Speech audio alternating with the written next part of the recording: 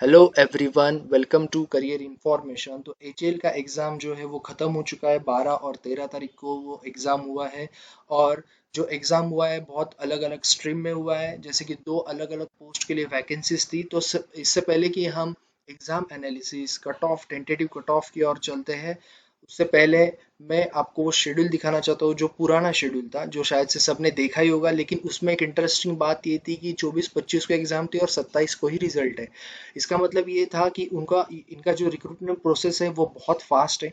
तो ऐसा पॉसिबल है, ऐसा आप एक्सपेक्ट कर सकते हो कि नेक्स्ट वीक के दौरान आपको रिजल्ट इसका मिल जाएगा।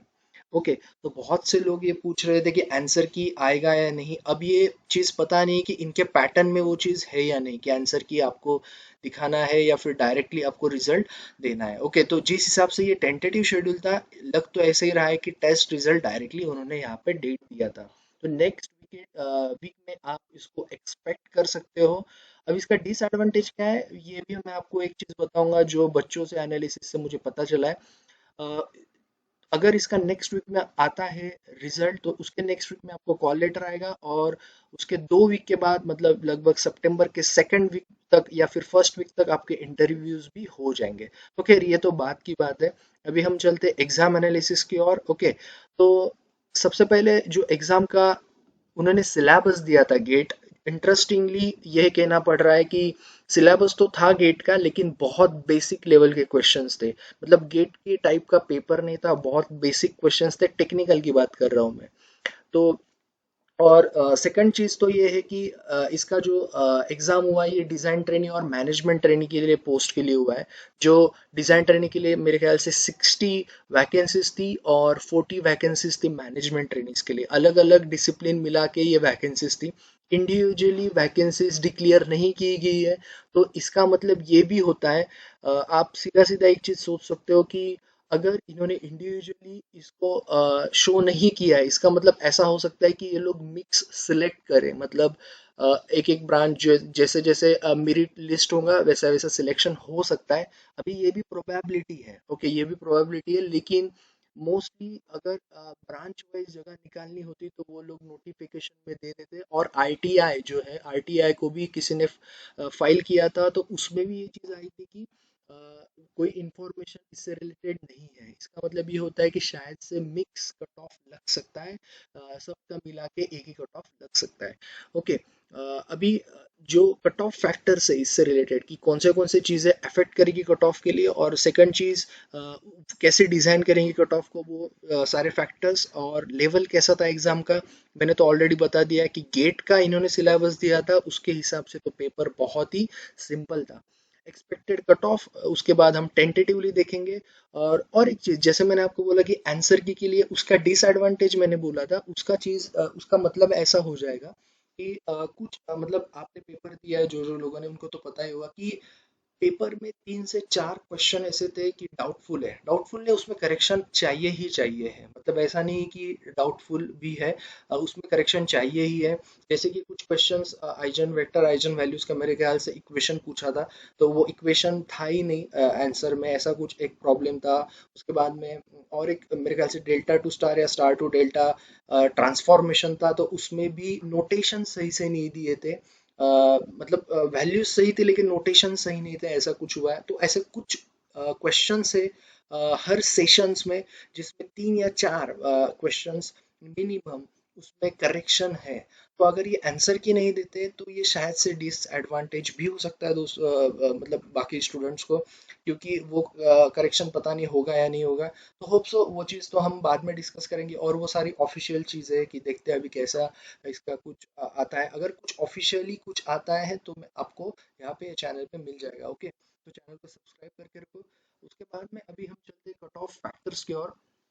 सबसे पहले तो नंबर ऑफ वैकेंसीज मैंने ऑलरेडी आपको बता दिया है कि 60 डिजाइन ट्रेनिंग और 40 मैनेजमेंट ट्रेनिंग। तो एक चीज इसमें मैं पहले आपको बता दूं कि जिसने अगर डिजाइन ट्रेनिंग में अप्लाई किया है, वो मैनेजमेंट ट्रेनिंग में अप्लाई नहीं कर सकता। जिसने मैनेजमेंट ट्रेनिंग में किया है, वो डिजाइन ट्रेनिंग में नहीं कर सकता। इसका मतलब क्या है, 3 ब्रांच ऐसी थी कि जो डिवाइड हो गई है यहाँ पे। ओके, उसके बाद में लेवल ऑफ एग्जाम मैं आपको बताऊंगा।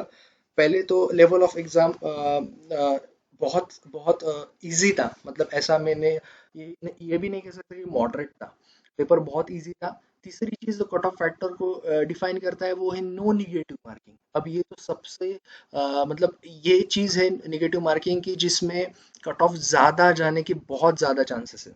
ओके, क्योंकि अगर निगेटिव मार्किंग है तो कोई बंदा, अगर समझो मैं कोई बंदा अटेम्प्ट कर रहा है तो वो शायद से 120 तक ही पहुंच पाए 160 में से, कोई बंदा 100 तक ही पहुंच पाए, वो बाकी के अटेम्प्ट ही ना करे। तो अभी इसमें क्या होता है कि बहुत से बच्चों ने तो 160 के 160 अटेम्प्ट कर भी लिए हैं, और कुछ बच्चों का मतलब मैंने कुछ बच्चों से सुना कि वो थोड़ा इससे टेंशन में भी आ गए थे कि निगेटिव मार्किंग नहीं थी लेकिन उनके अटेम्प्ट 140 या 150 ही हुए। उनके लिए भी मैं एक चीज़ बताना चाहता हूँ कि ऐसा मत सोचो, क्योंकि ये चीज़ ऐसी नहीं होती। जो बंदे ने 160 पे अटेम्प्ट किए उसने श्योरली नहीं किया, एक्यूरेसी के साथ नहीं किए होते। उसमें से एटलीस्ट 10 या 20 क्वेश्चन ऐसे होंगे कि उसने मतलब कंफ्यूजन में एक तो उसने टिक किए होंगे, या फिर उसने टाइम के कम के हिसाब से सारे टिक कर दिए होंगे 10 या 20 क्वेश्चन। तो उसका उतना टेंशन लेने की जरूरत नहीं है। आपने अगर 140 की है और एक्यूरेसी बहुत है तो उतना सोचना नहीं है। ओके, उसके बाद में कैंडिडेट रेशो 1/5 उन्होंने ऑलरेडी ऑफिशियल नोटिफिकेशन में बता दिया है कि 1/5 आपका रहेगा। तो सीधा सीधा हिसाब है, अगर 60 वैकेंसीज डिजाइन ट्रेनिंग की हो तो आपको 300 लोग दिखेंगे इंटरव्यू में, 300 या 305 तक, क्योंकि अगर सेम स्कोर रहा तो वो चीज़ भी आती। उसके बाद में जो आपका मैनेजमेंट ट्रेनिंग है तो 40 इंटू आपका 5 अगेन 200, तो टोटल मिला के 500 505 तक या 510 तक वो बच्चों को इंटरव्यू को बुलाएंगे। ओके, अब नंबर ऑफ कैंडिडेट्स अपियर देखो, ये डेटा अभी कुछ मतलब ऐसा अप्रोक्सीमेटली भी नहीं है, लेकिन हाँ कुछ कुछ है कि इलेक्ट्रिकल में शायद से 10,000 लोगों ने फॉर्म भरे थे। अब वो डिपेंड करता है वो डिजाइन ट्रेनिंग में भरे थे, इसमें कितने भरे मैनेजमेंट ट्रेनिंग, तो ये खैर ये चीज़ हम प्रेडिक्ट नहीं कर सकते अभी। लेकिन अच्छे खासे लोगों ने अपीयर किया है, लेकिन यहाँ पे डिवाइड भी हो चुका है। कुछ लोगों ने मैनेजमेंट ट्रेनिंग में भरा था, कुछ लोगों ने डिजाइन ट्रेनिंग में भरा था, तो वो जो कंपटीशन है वो थोड़ा इसमें डिवाइड भी हो चुका है। लेकिन डिजाइन बस इतना ही कहूंगा मैं कैंडिडेट अपियर्स में कि डिजाइन ट्रेनिंग में सबसे ज्यादा फॉर्म आए थे, वो तो सिंपल लॉजिक है क्योंकि उसमें बहुत ज्यादा वैकेंसीज थी। ओके, तो नंबर ऑफ कैंडिडेट्स अपियर हम थोड़ा बाजू में रखते हैं क्योंकि पेपर बहुत आसान था, नेगेटिव मार्किंग नहीं थी। तो 1/5 रेशियो जैसे बुलाया जाएगा। उसके बाद हम चलते हैं कि वैकेंसी डिटेल्स कैसी थी। अगर हम देखें कि एरोनॉटिकल इंजीनियर्स वाले जो है ना, उन्होंने सिर्फ एप्लीकेशन डिजाइन ट्रेनिंग में ही किया है, क्योंकि वो मैनेजमेंट ट्रेनिंग के लिए एलिजिबल नहीं थे। वही चीज कंप्यूटर साइंस और मेटालर्जी की है कि वो लोग डिजाइन ट्रेनिंग के लिए एलिजिबल नहीं थे। ओके, तो ये बाकी अगर तीन ब्रांच हम देखें, electrical, electronics and mechanical with real thoughts and एकदम लॉजिकली, तो तीनों ब्रांच दोनों पोस्ट के लिए एलिजिबल थे, तो वो लोग डिवाइड हो चुके हैं। लेकिन मैक्सिमम फॉर्म जो आए उनके वो आए डिजाइन ट्रेनिंग में। मैक्सिमम फॉर्म कुछ आए वो आए डिजाइन ट्रेनिंग में। ओके, तो 60-40 हो गया। तो अभी यहाँ पे ये भी देखना जरूरी है कि ये इसमें कंपटीशन डिवाइड हो चुका है। ओके, कंपटीशन डिवाइड हो चुका है। तो सेफ अटेम्प्ट उस हिसाब से अगर मैं आपसे बात करूं, हम एक सेक्शन वाइज सेक्शन चलते हैं, मतलब पार्ट वाइज पार्ट चलते हैं। तो पार्ट ए की तरफ अगर हम जाए, जो जनरल अवेयरनेस था, सबसे पहले 20 क्वेश्चन। अभी मैं आपको एक चीज बताने वाला हूँ कि जनरल अवेयरनेस जो था ना, तीनों सेक्शन मिला के, तीनों आपका जो पार्ट मिला के सबसे थोड़ा डिफिकल्ट, मतलब मैं ये नहीं बोल रहा हूँ वो डिफिकल्ट था, लेकिन तीनों में अगर कंपेयर करें पार्ट 1, पार्ट 2 और पार्ट 3 में, तो थोड़ा बहुत मॉडरेट था आपका जनरल अवेयरनेस। ओके, क्योंकि क्वेश्चंस कुछ अलग अलग थे, और मतलब कुछ अटेम्प्टेबल, मतलब कुछ अटेम्प्ट करने जैसे थे, और कुछ मतलब सोचना पड़ रहा था, या फिर कुछ के बारे में कुछ ज्यादा पता नहीं था कुछ क्वेश्चंस के बारे में। तो अभी 20 क्वेश्चन थे, तो सीधी सीधी बात है, 20 क्वेश्चन में 10 क्वेश्चन ऐसे थे कि आपको तो मतलब जो लोग पढ़ाई करके गए होंगे उनको 10 सवाल के जवाब पक्का पता है। ओके, ऐसे क्वेश्चन थे जैसे मैं मतलब कुछ मेरे पास आए, एसएमएस का आई थिंक फुल फॉर्म पूछा गया था, cricketer of the year something था, तो उसका कैसे शुरू हुआ, किसने शुरू किया, तो वो पूछा गया था किसके नाम से। तो ऐसे बहुत सारे क्वेश्चंस थे। तो मतलब थे अच्छे खासे थे। तो उसमें 10 क्वेश्चन ऐसे थे कि जो बंदा पढ़ाई करके गया है वो पक्का उसके 10 मतलब उसको 10 आने ही है 20 में से।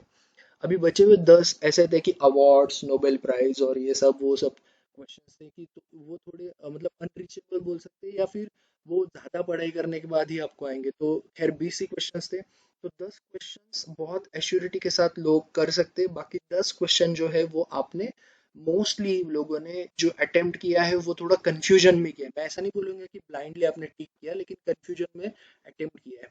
तो अगर हम ये सोच के चले कि लोगों ने 10 क्वेश्चन ब्लाइंडली अटेम्प्ट किए हैं और 10 क्वेश्चन सही से अटेम्प्ट किए, तो 10 से 12, ओके, मतलब 12 क्वेश्चन समझ लो कि वो जो बाकी के अटेम्प्ट किए जो निगेटिव मार्किंग नहीं है, तो 10 में से 2 या 3 क्वेश्चन आपके सही आ जाए आंसर। ये मैं मैक्सिमम की बात कर रहा हूँ। इसमें कुछ ऐसे भी बच्चे कि जिनका 20 में से शायद से 8 ही उनको जवाब पता है, 12 उन्होंने ब्लाइंडली टिक किए हैं। तो उसमें से कितने आते? तो 10 से 14, 10 से 12 तक इसका सेफ अटेम्प्ट माना जाएगा। सेफ अटेम्प्ट इसलिए बता रहा हूँ कि इतना अटेम्प्ट सही अटेम्प्ट के जो आप मतलब इंटरव्यू के लिए आपको अगर क्वालिफाई होना है, हर एक सेक्शन वाइज अगर इसमें आप इतना पहुंच जाते तो आपका थोड़ा बहुत क्लियर होने के चांसेस ज़्यादा है। सेक्शनल कट ऑफ वगैरह तो नहीं है, लेकिन मैं इसलिए बता रहा हूँ कि जो बंदा सिलेक्ट होगा इंटरव्यू के लिए वो तीनों सेक्शन में अच्छा करेगा ही, तीनों पार्ट में अच्छा करेगा ही। ओके, वो शॉर्टलिस्ट होगा फॉर इंटरव्यू। उसके बाद में इसका जो सेकंड की तरफ चलते हैं, तो 10 से 12 ये आपका हो गया एवरेज के ऊपर, जो अच्छे खासे जिन्होंने अटेम्प्ट किया। ऐसा भी हो सकता है किसी को 15 मार्क्स गिरे, बात वो नहीं है, लेकिन ये है कि 8 से 10 सवाल आंसर्स ऐसे थे कि जो लोगों को आ रहे थे और बाकी लोगों ने ब्लाइंडली टिक किए होंगे। उसके बाद में इंग्लिश और रीजनिंग की ओर चलते हैं। अभी इसमें सबसे पहले तो मैं इंग्लिश की बात करता हूँ। बच्चों ने मुझे बताया, कैंडिडेट्स ने, कि इंग्लिश में ना 3 या 4 क्वेश्चंस ऐसे थे कि जिसका एक पैसेज आया था। तो पैसेजेस के जो क्वेश्चंस थे वो कंफ्यूजन थे, मतलब कंफ्यूजिंग थे। आप ऐसा नहीं बोल सकते, शायद से ऐसा हो सकता है कि एक आध दो गलत हो सकते हैं उसमें से 3 या 4 क्वेश्चन में। ओके, तो ये चीज बाद में एंटीडॉम्स और वो सब चीजें थी उसमें। तो इम्पोर्टेंट ये है कि जो वो 4 और 5 सवाल थे इंग्लिश के, वो थोड़ा सा मॉडरेट थे, मतलब उसमें कंफ्यूजन था इसलिए मॉडरेट थे। लेकिन उसका उतना पार्ट हटा दो तो बाकी फिल इन द ब्लैंक्स बहुत आसान थे। बाद में पॉजिटिव सेंटेंस बताओ करके टेंस चेंज करो, ये करो, तो वो बहुत इजी था। ओके, बाद में फिल इन द ब्लैंक्स ही ज्यादा थे। तो इंग्लिश का देखा जाए तो वो 3 या 4 क्वेश्चन आप बाजू में हटा दो, तो बाकी इंग्लिश का जो भी उसमें पेपर आया था 40 में से, वो काफी आसान था। तो हम ये पकड़ के चलते हैं कि वो जो बंदा मतलब जो बंदे सेलेक्ट होंगे उनके वो सही होंगे। ओके, उसके बाद हम चलते हैं अभी रीजनिंग की ओर। तो आप 3 4 क्वेश्चन उसके इंग्लिश के थोड़ी देर हटा दो कि उसमें से शायद से गलत हो सकते हैं। उसके बाद में चलते हैं रीजनिंग की ओर। रीजनिंग कैसा था मैं वो भी आपको बताऊंगा। रीजनिंग में 2 या 3, सिर्फ 2 या 3 सवाल ऐसे थे कि जो आपका टाइम ले सकते हैं। मतलब ऐसा नहीं कि देखो रीजनिंग मतलब सॉल्यूबल तो सभी होते हैं, बस टाइम ले सकते हैं। 2 या 3 सवाल ऐसे थे कि बहुत ज्यादा टाइम ले सकते हैं। बाकी क्वेश्चन भी थे, जैसे रॉन्ग नंबर सीरीज था, या फिर कुछ और क्वेश्चंस थे। तो ऐसा नहीं, डायरेक्शंस के बहुत थे, नॉर्थ ईस्ट वाले भी बहुत थे। तो ऐसा नहीं है कि उसमें टाइम आपका नहीं लगेगा, लेकिन कुछ 2 3 क्वेश्चन ऐसे थे कि उसमें ज़्यादा टाइम लग रहा था। तो जो इंग्लिश के 4 और इसके 2 3 क्वेश्चन ऐसे पकड़ के 5 6 क्वेश्चन ऐसे थे कि प्रोबेबली उसमें से कुछ गलत हो सकता है बच्चों का, या फिर बाकी बचे हुए क्वेश्चन में से हो सकता है। तो इसका अटेम्प्ट, अगर अच्छा अटेम्प्ट मुझे आप पूछोगे, तो 33 से 35, 33 से 35 तक, 40 में से। ओके, अभी देखो इसमें भी आता है कि अटेम्प्ट तो बंदों ने 40 से 40 किए होंगे। ओके, लेकिन मैं एक्यूरेसी की बात कर रहा हूँ फिलहाल, I am talking about the accuracy. Okay, तो ब्लाइंडली भी किए तो ऐसा नहीं कि ब्लाइंडली में किसी के 2 सही हो सकते, 3 हो सकते, एकदम 10 सही नहीं हो सकते। ओके, ब्लाइंडली इतना भी नहीं होता है। तो इंग्लिश और रीजनिंग में सेफ जो अटेम्प्ट है वो है 33 से आपका बचता है 35 तक। ओके, उसके बाद में आते हैं हम डिसिप्लिन की ओर। डिसिप्लिन का तो ऐसा था कि बहुत बहुत आसान था, बहुत आसान था। मतलब जिसको बेसिक पता है, जिस बंदे ने अगर, वो बंदा अगर गेट दिया है और अभी ये पेपर दे रहा है, तो ये चीज़ें बहुत बेसिक थी। शायद उसको ये भी हो सकता है यार ये तो इजी था, मतलब ऐसा हुआ है बच्चों का। तो ज़्यादा डिफिकल्ट पेपर नहीं था। तो क्वेश्चंस बहुत बहुत बहुत बहुत इजी थे। और इसका जो सिर्फ अटेम्प्ट, ओके, अभी 100 क्वेश्चन थे टोटल। 100 क्वेश्चन में से 20 क्वेश्चन ऐसे थे कि शायद से आप थोड़ा कंफ्यूजन में हो। ओके, 20 से 25 क्वेश्चन ऐसे थे कि थोड़ा बहुत कंफ्यूजन था कि ये हो सकता है या वो हो सकता है, या फिर मतलब ऑप्शंस पे कंफ्यूजन था, या फिर 5 से 10 सवाल ऐसे थे कि थोड़ा बहुत आइडिया कम था। स्ट्रीम के हिसाब से बात करो, लेकिन 70 से 75 क्वेश्चंस ऐसे थे कि आप उसको एक्यूरेटली अटेम्प्ट कर सकते हो, जो बंदे ने स्टडी किया है उनकी बात कर रहा हूँ मैं, ओके। तो 70 से 75 जो वो लोग अटेम्प्ट कर सकते हैं, जो बंदों का पेपर बहुत अच्छा गया और सही गया है, ओके। तो अगर आपने उतने सवाल अटेम्प्ट किए तो आपका सेफ अटेम्प्ट है, ओके।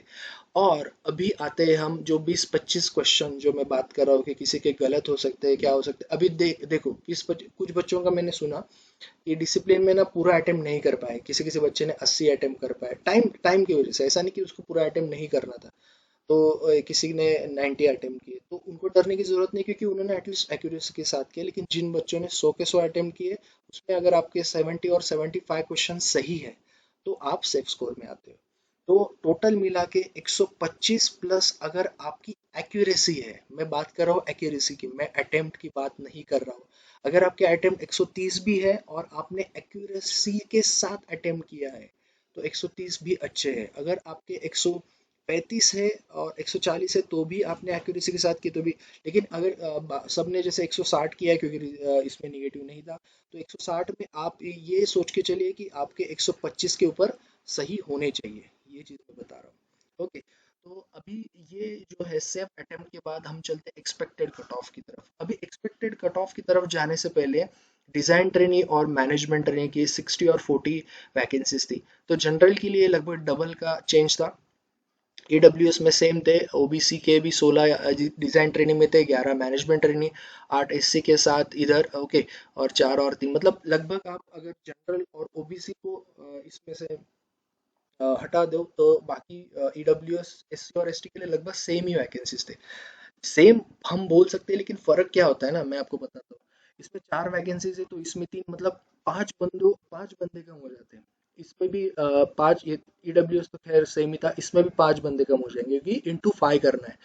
तो डिजाइन ट्रेनिंग में होना है आपका 60 इंटू 5 300, और मैनेजमेंट ट्रेनिंग में होना है 40 इंटू 5 आपका 200, ओके। तो डिजाइन ट्रेनिंग अगर हम कट ऑफ की बात करें तो जिन बच्चों का मतलब 125 के ऊपर है उनके अच्छे चांसेस है डिजाइन ट्रेनिंग में।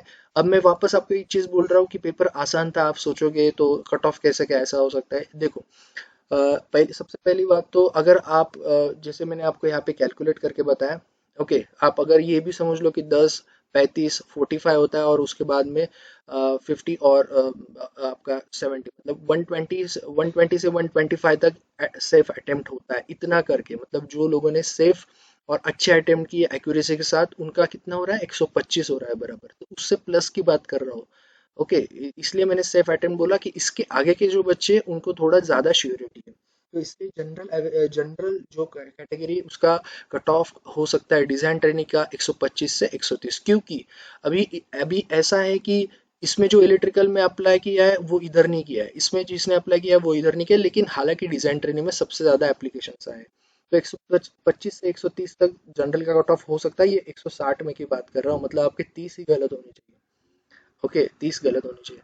अभी 30 गलत होने चाहिए, मतलब उसमें से 10 तो आपके जनरल अवेयरनेस के, तो मैंने बोल दिए कि चांसेस है कि 10 उसमें से गलत हो, और बाकी आपके टेक्निकल और इंग्लिश और रीजनिंग पकड़ की बात कर रहा हूँ, ओके। ओबीसी का जो है 122 से 125 हो सकता है, ईडब्ल्यूएस का 119 से 122, और एससी का 118 से 112, एसटी का 115 से 118। अभी आप अगर कैलकुलेट करेंगे तो एसटी का कितना होगा डिजाइन ट्रेनिंग के लिए, एसटी का डिजाइन ट्रेनिंग 4 है तो 4 इंटू आपका होता है 5, मतलब 20 टॉप 20 लोग सिलेक्ट होंगे, मतलब 115 से 160 तक हम ये सोच ही सकते हैं कि उसमें 20 लोग एसटी के ही होंगे, ओके। और वो 100, इसलिए 115 से 118 हो सकता है। वैसे ही एससी का, वैसे ही ईडब्ल्यूएस का, ओबीसी का और जनरल का होगा, ओके। मतलब आप ये सोच के चलिए कि 30, अगर हम 130 भी पकड़ते हैं तो 30 मार्क्स में 130 से 160 कितना होता है 30, तो 30 मार्क में आपके आराम से जनरल के हिसाब से मतलब 135 27 इंटू 5 पकड़ के चलेंगे तो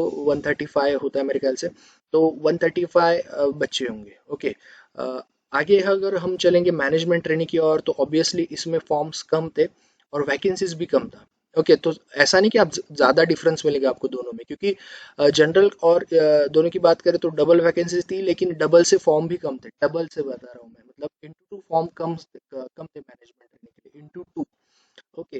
तो इसके हिसाब से जनरल का कट ऑफ एकदम ही ज़्यादा नहीं जाएगा, जो 140 मैंने सुना बता रहे थे 135, ऐसा नहीं होता है आपका। आप ये सोच के चलिए आपको अगर इसमें जनरल अवेयरनेस नहीं होता ना और थोड़ा बहुत इंग्लिश नहीं होता तो मैं ये मान के चलता हूँ कि फिर कट ऑफ 140 पकड़ के चलता। मैं खुद मतलब आपको पता था कि 140 हो सकता था, लेकिन जो रियल है वो सही है। ओके, तो जनरल का हो सकता है 132 से लेके 135, ओबीसी का 125 से लेके 130, ईडब्ल्यूएस का 119 से 122 तक, एससी का 122 से 125 तक, और उसके बाद में एसटी का जो है 118 से 122 तक हो सकता है। Okay, cut off.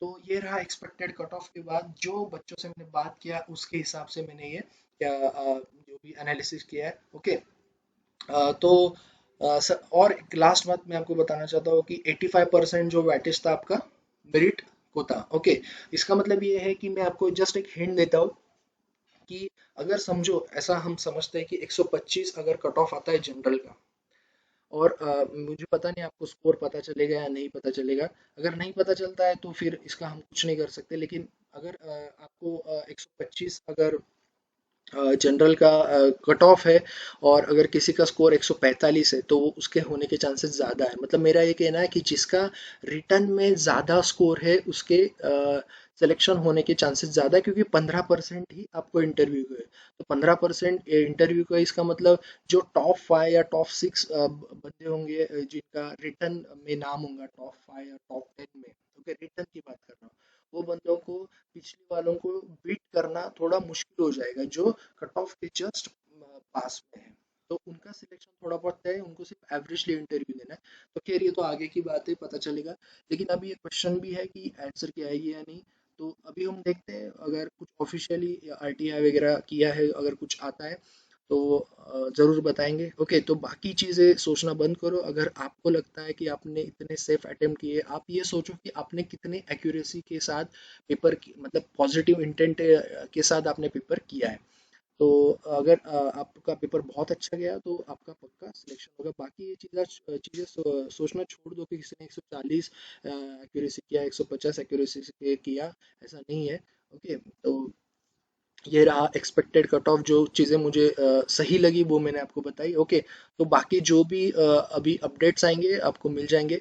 और एक चीज़, बाकी जो ब्रांचेस है इलेक्ट्रिकल मैकेनिकल, बाद में इलेक्ट्रिकल के लिए भी, मैकेनिकल या इलेक्ट्रॉनिक्स के लिए भी अभी कुछ वीडियोस मैंने इसी चैनल पे पोस्ट किए, जाके चेक करो। बहुत अच्छी वैकेंसीज है, बीटेक इलेक्ट्रिकल, बैंकिंग में भी स्पेशलाइज ऑफिसर्स की जो वैकेंसी निकली यूनियन बैंक की, वो भी मैंने पोस्ट की है, जाके चेक करो। और बहुत सारी वैकेंसी इलेक्ट्रिकल्स के लिए, इलेक्ट्रॉनिक्स के लिए, तो चैनल पे जाके आप पोस्ट चेक कर सकते हो। और बाकी पोस्ट के लिए आप सब्सक्राइब करो ताकि आपको जो भी नए नोटिफिकेशन गवर्नमेंट प्राइवेट सेक्टर के आएंगे, पीएसयू के आएंगे, वो आपको आपके तक पहुंच जाएंगे। ओके, सो लाइक करो, शेयर करो, सब्सक्राइब करो, एंड ऑल द बेस्ट। अगर कोई अपडेट आता है तो आपको ये चैनल पे मिल जाएगा। Okay, so thank you all.